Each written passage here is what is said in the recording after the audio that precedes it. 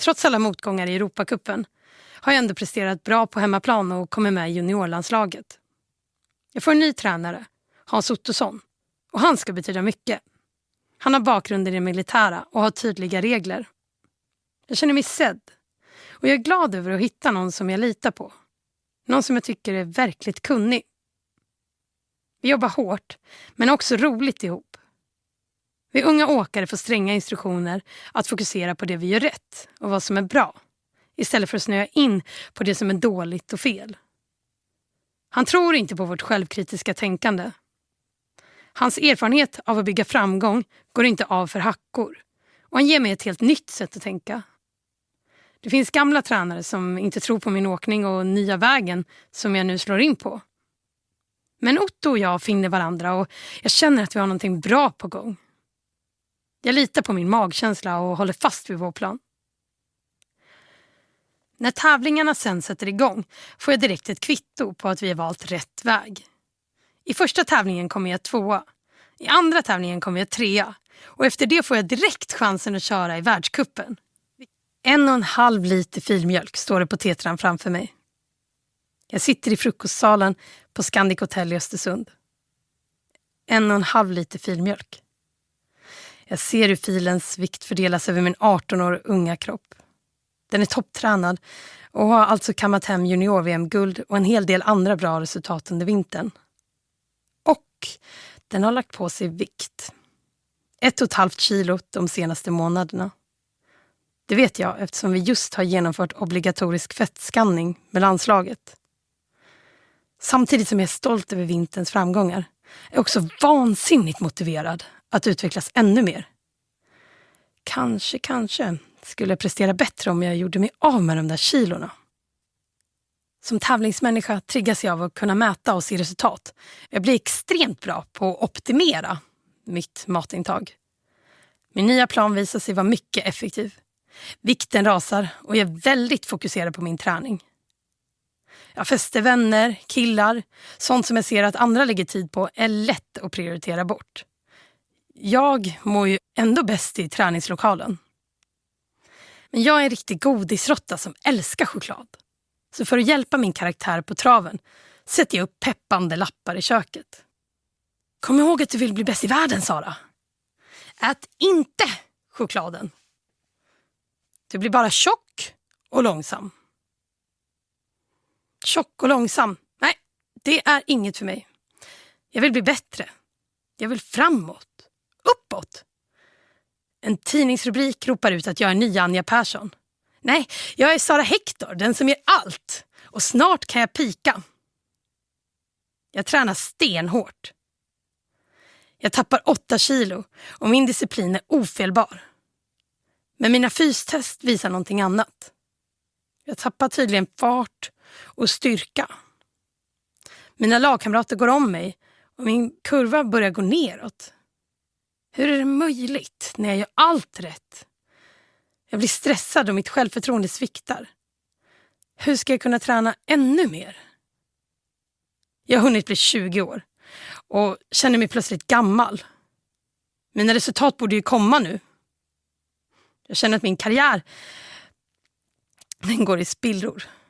Tårarna rinner. Att mindre träning och mer mat skulle kunna vara lösningen är fullständigt främmande för mig. Mina tränare fångar upp mig och motvilligt måste jag inse att det jag hållit på med är ohållbart. Min mens har slutat komma och jag har bankat in matångest som en del av min vardag med hjälp av ett träningsprogram som räknar kalorier. En dag blir jag kallad till ett möte med Otto och andra tränare som jag har. De berättar för mig att jag måste välja.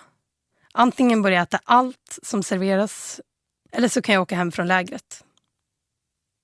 Det blir tydligt att jag inte kan fortsätta som jag har gjort. Och det finns inte på världskartan att jag skulle förlora det viktigaste och roligaste jag vet. Att åka skidor. Det finns många duktiga åkare som är små. Jag är inte en av dem. Jag behöver min kraft och hela min kropp för att få ut det mesta och det bästa av min åkning. Med pannben av stål och stark tävlingsinstinkt är det ganska lätt att ta kontroll över sin kropp. Vad som däremot är svårt är att hålla fast vid sunda ideal och balans i livet. Särskilt när självkänslan vacklar.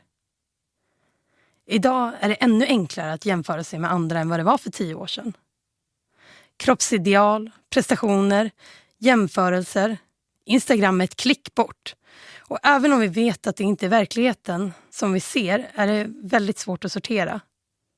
Lätt att tänka att man inte är bra nog. Jag är tacksam för att jag fångades upp i tid. Att jag inte hann utveckla en regelrätt ätstörning. Att jag kunde öva bort matångest och att människor omkring mig sa stopp. Om du själv känner igen dig eller har någon i din närhet som du känner igen, ta hjälp. Du är bra. Och alldeles till. Vi lär så länge vi lever, heter det ju. Den inställning som båda mina föräldrar har till lärande och kritiskt tänkande har verkligen präglat oss barn. Jag försöker alltid utveckla, göra bättre, förstå och utforska. Jag kan inte gå någon annans väg om jag inte förstår varför. Om argumenten tryter så fungerar det helt enkelt inte för mig. Och det kan ju vara frustrerande för min omgivning. En gång hade jag en diskussion med min barmarkstränare. Jag ifrågasatte och hans argument tog slut. Han blev frustrerad och sa: antingen gör du allt jag säger eller ingenting. Bra, det gör jag ingenting, sa jag. För jag kan inte förmå mig att gå någon annans väg om jag inte kan förstå varför. Om motargumenten tryter så fungerar det helt enkelt inte för mig. Så sagt och gjort. Jag stod nu utan tränare och började komponera passen själv. Ibland får jag smaka på min egen medicin. För mina syskon har förstås lärt sig samma sak. En sommar tyckte min bror Gustav att jag borde lära mig att sälja. Enligt honom skulle hela livet bli mycket enklare. Han hade sommarjobbat som telefonförsäljare och tydligen fått med sig en massa skills som han tänkte att jag också skulle ha nytta av. Sälj? Aldrig, tänkte jag. Men han fortsatte att argumentera för sin sak tills min ammunition var slut. Jag erkände mig halvt besegrad. Så jag ringde upp den enda som jag kände till som skulle kunna hjälpa mig med det här. Carl Magnus Helin, CM, som jag visste jobbade som säljcoach och som kan mycket om idrott. Jag möttes av stort engagemang. Men CM hade andra planer än att coacha mitt sälj. Han hade istället en idé om hur jag skulle kunna tänka annorlunda i tävlingssammanhang. Och det dröjde inte länge innan han blev min mentala coach. Han lärde mig hur jag skulle kunna förbättra mitt så kallade mindset. Att vad vi kan just här och nu är inte vad som definierar oss. Och att det definitivt inte är lika med vad vi kan om en vecka, en månad eller om 2 år. Sånt är svårt att se i töcken av besvikelse och ilska, gömd under sekretariatet i en köpbod i Kungsberget eller efter en uråkning i Europacupen i Courchevel. Men det är en av mina absolut viktigaste lärdomar. Det är lätt att sätta begränsningar kring vad man själv tror att man ska kunna klara av och vad man skulle kunna lära sig. Bara för att jag just nu inte är bra på språk, matte eller laga fransk mat så finns det ju ingenting som säger att jag inte kan bli helt fenomenal. Kanske är det lätt. Eller så tar det längre tid. Men hur långt vi kan komma vet vi först när vi verkligen kämpat och provat många olika vägar. Kanske bor det en slumrande gourmetkock i dig. Eller ett mattegeni i din dotter. Ta ett exempel ur ditt liv där du tycker att du har misslyckats. Och vänd på det. Se vilka enorma förutsättningar till förbättring som ligger framför dig. Jag utvecklades massor under 2014-2015. Resultaten går från att knappt kvala in till vissa tävlingar till att vinna en världscup och året efter var rankad 4 i världen. Min åldersnoja försvann. Jag kände mig säkrare med min kropp och mådde bättre. Att tänka rätt gör större skillnad än vad man kan tro. Och nej. Året, december 2015. Det är dagen före Lucia och jag står på start. Pendlar benen fram och tillbaka. Jag åker bra på träning i både slalom och storslalom. Och jag längtar efter att få visa det på tävling. Jag känner mig uppvärmd, men lite seg. Jag försöker med några snabba steg. Men kroppen svarar inte jättebra. Jag är nervös. Det är världscuptävling och jag har för första gången nummer 1 på bröstet. Huvudet bultar lite och jag har hela kroppen full av Alvedon. Igår låg jag däckad med feber och helt frisk är jag inte idag heller. Det är en viktig tävling och jag vet att jag har en chans att göra det bra. Ut ur grinden stakar jag hårt.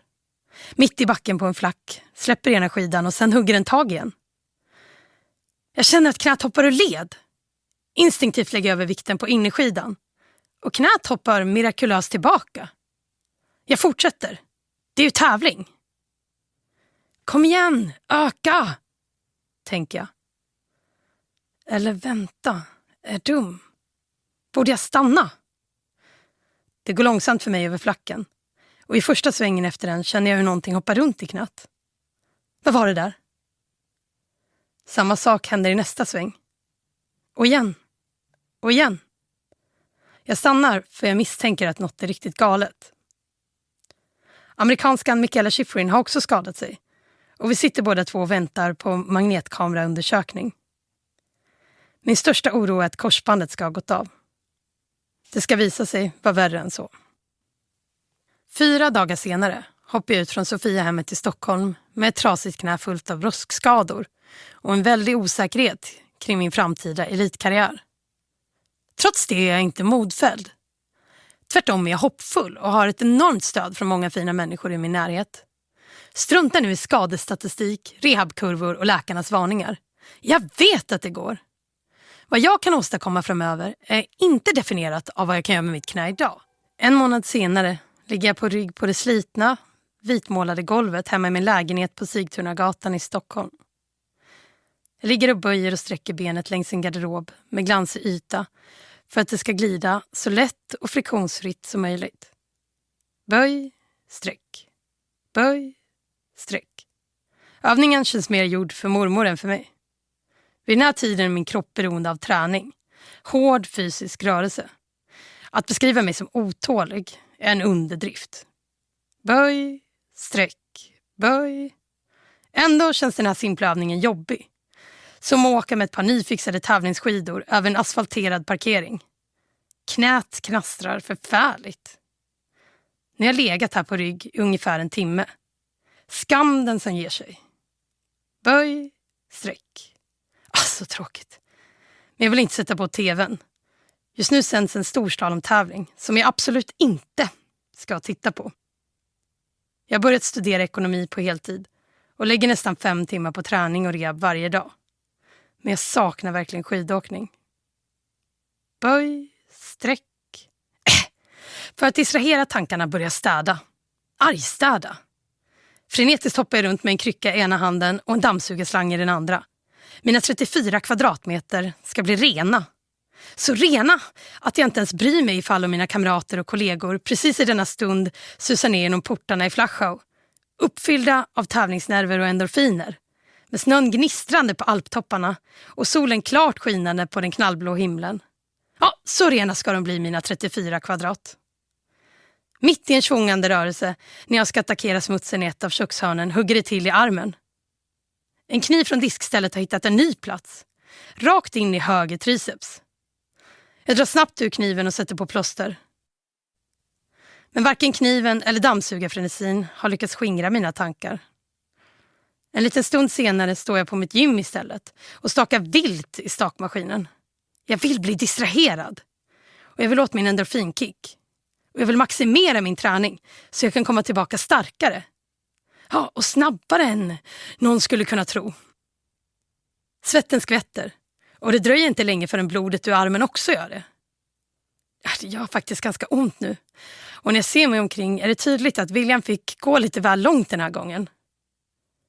Besviken avbryter jag mitt pass. Åker till hälsocentralen och syr ihop min arm. Jag känner inte